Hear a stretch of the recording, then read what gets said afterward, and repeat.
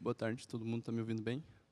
Meu nome é Richard, eu sou formado pela Universidade Federal de Santa Maria e, na verdade, esse aqui é meu trabalho de conclusão de curso. Eu resolvi abraçar em 6 meses fazer um documentário por uma experiência que eu já tive durante 6 anos produzindo uma festa em Santa Cruz do Sul, com bandas independentes, e já trabalhando com essa circulação de uma nova cena, que eu diria, que está acontecendo no Rio Grande do Sul. Peguei o Rio Grande do Sul, mas isso acontece em vários estados do Brasil já, que se ligam, e eu vou falar mais um pouquinho, então, no decorrer do trabalho. Então, o nome do meu trabalho é Música e Identidade, um olhar documental da cena musical independente do Rio Grande do Sul. O objetivo geral era representar, por meio de um documentário, a identidade das bandas independentes no Rio Grande do Sul como condição para a manutenção e ressignificação do cenário musical do Estado.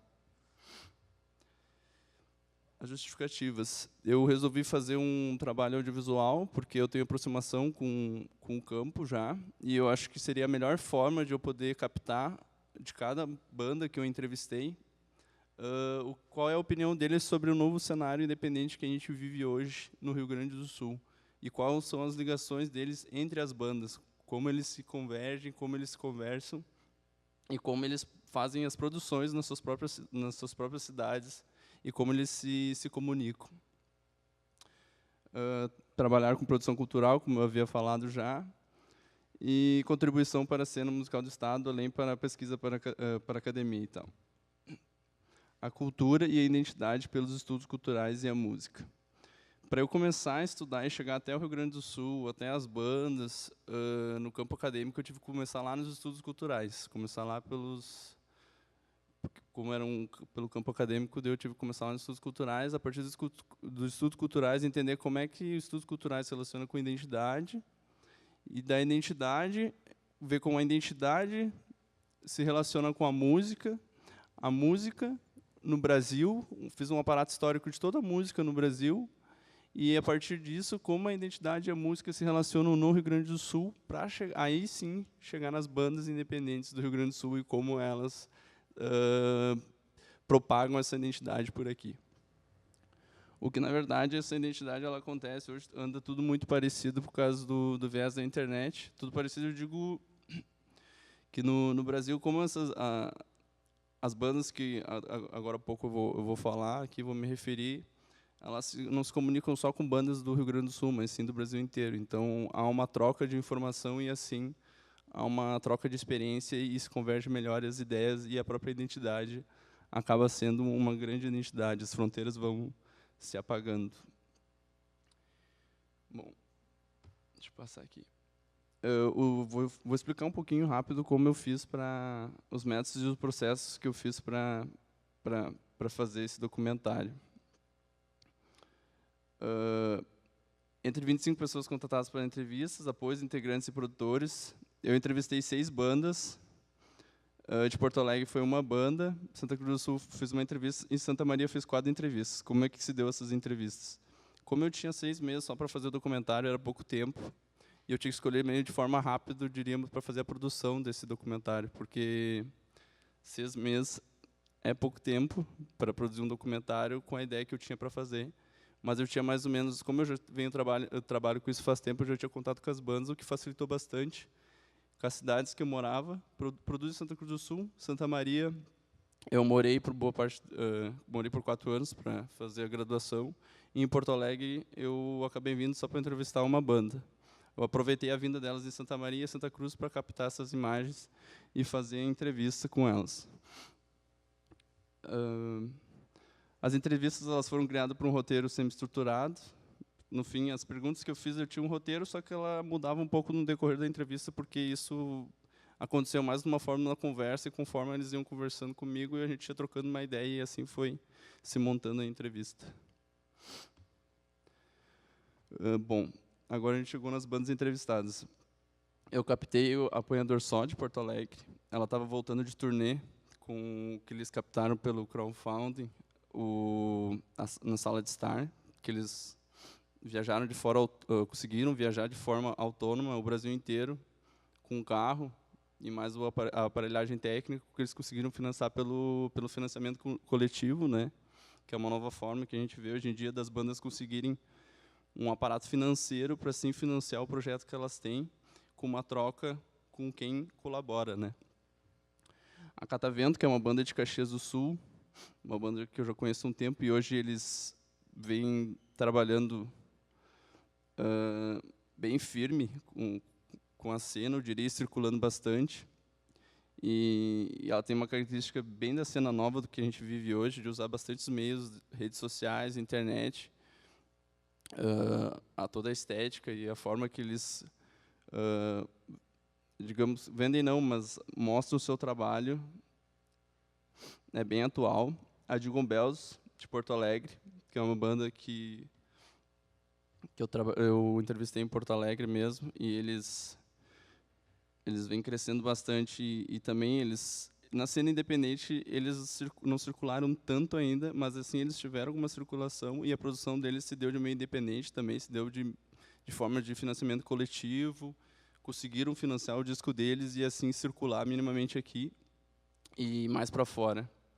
A Dr. Henk, que é de Canela, que há algum tempo já vem circulando, já circulou pelo Brasil também, algumas cidades do Brasil, mas também bastante no Rio Grande do Sul.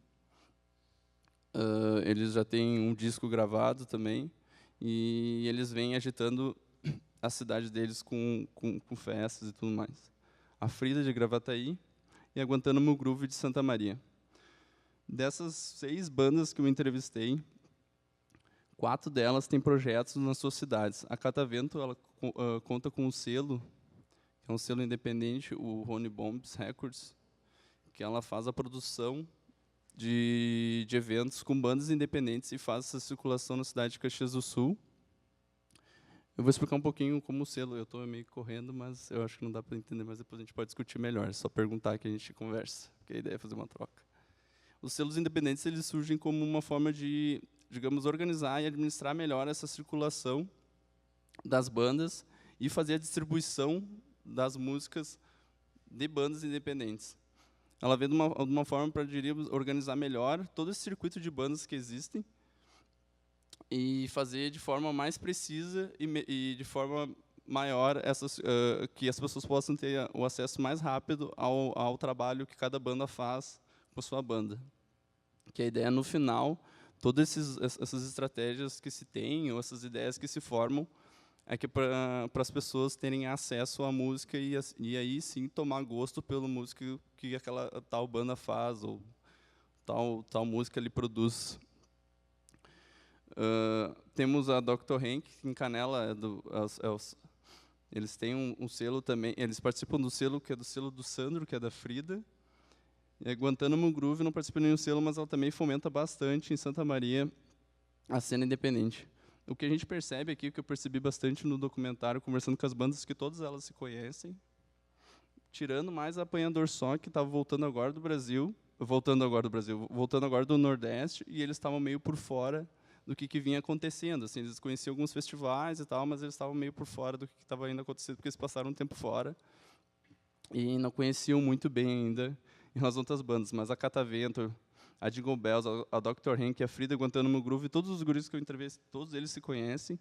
Todos eles são, cada um de uma ponta numa cidade do Rio Grande do Sul, e eles todos se ligam para fazer uma grande rede, uma grande circulação não só entre eles, mas entre várias outras bandas que existem e outros selos que existem por aí. Tá, os aspectos técnicos, eu até vou meio que passar bem rápido por essa parte, porque como não tinha nenhuma aparelhagem técnica para fazer o documentário, eu também fiz de forma totalmente como ocorre independente, né? Pedindo emprestado, vendo modos de fazer e modos de como eu poderia captar essas imagens, captar essa entrevista. Então, eu usei 3 câmeras,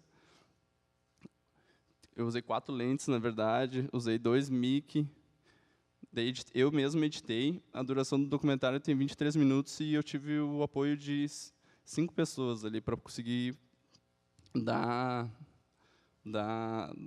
conseguir produzir esse documentário. Vou passar um teaserzinho aqui do documentário para depois. É um pequeno teaser que eu consegui fazer, posso ser? Tem uns 30 segundos. Nós somos o Catavento, Banda Apanhador Só. nós somos a Jingle Bells, Guantánamo Groove. Somos Frida. Nós somos a Dr. Henk. Hoje a gente é uma banda independente. trabalha totalmente independente. Ser independente eu acho que é é o modus operandi do nosso século, assim. O meio independente é o que nos possibilita fazer o que a gente faz, assim.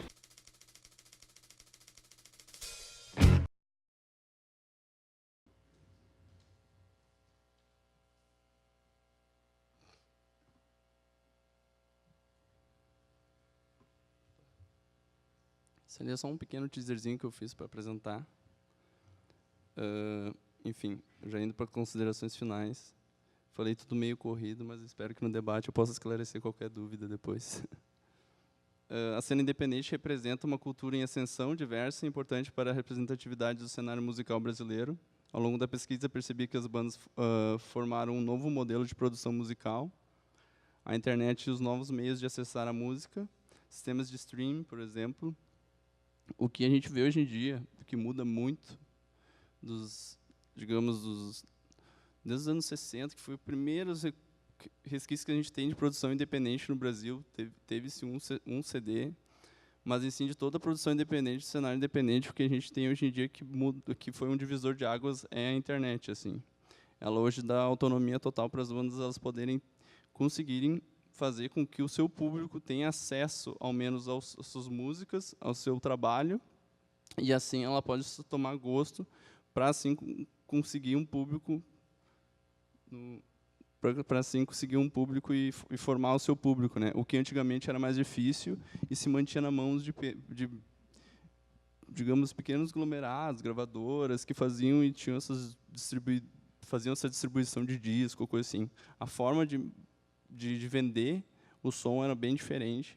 Era bem diferente, acontece hoje em dia, mas hoje tem outras formas e alternativas de fazer isso acontecer e fazer com que as bandas botam fé no trabalho delas e possam, assim, circular sem poder se restringir ou se modular a uma forma que vá vender ou que vá, de certa forma, dar confiança que o público vá ouvir o seu som, ou coisa assim. O cenário independente no estado ultrapassou barreiras financeiras, bandas persistem em viver com o que gostam, apesar das dificuldades financeiras. Quanto mais as bandas mostram que é possível viver de música sem precisar de grandes gravadores, mais bandas novas surgem. O cenário musical independente é muito mais do que música, é um estilo de vida. A cena independente está disposta a viver do circuito artístico para transformar a sociedade. A internet foi um divisor de águas, como eu tinha já falado, para a divulgação do meio independente. A cultura independente contraria os valores comerciais do sistema, partindo de uma nova ordem de valores. O cenário do interior do Rio Grande do Sul não depende mais da capital para manifestar suas atividades culturais. Caxias do Sul e Juiz Santa Maria são alguns exemplos disso. Pretende-se dar sequência ao documentário. Eu irei buscar de novas pessoas, bandas, produtores, para que possa transformar esse estilo documental em um produto conhecido, projetando a cena ainda mais, que sirva para futuros estudos e para a divulgação de conhecimentos para a população. Enfim, eu acho que eu já... Não, tem 2 minutos ainda. Enfim, isso foi eu acabei lendo aqui, mas isso foi de umas coisas que eu observei com o meu trabalho, com o meu documentário, que cada vez mais a gente vê pessoas envolvidas com o cenário independente, trabalhando. O cenário independente, na verdade, a gente fala independente, mas é que as bandas elas estão mais ligadas em todos os processos de produção. Elas estão ligadas desde a parte estética da capa do disco, junto com o pessoal, com o produtor que vai gravar, mesmo se tem agência de produção, elas estão ligadas para onde elas estão indo viajar, na sua agenda, elas estão mais ligadas em todos os processos que fazem com que se tenha uma banda ou com que faça que a banda possa circular. A gente percebe também que o cenário independente, na verdade, depende do público, mas a gente fala isso porque ele trabalha de forma autônoma. Beleza. Então, eu já vou encerrando aqui. Acabei me enrolando bastante, mas eu espero que depois a gente possa trocar uma ideia. Se alguém tiver alguma pergunta, possa vir falar pessoalmente comigo. Não me dou muito bem com o microfone, mas espero depois tirar qualquer dúvida e qualquer confusão que eu possa ter dito aqui. E assim eu encerro a minha apresentação, porque está escrito encerrar no papel ali.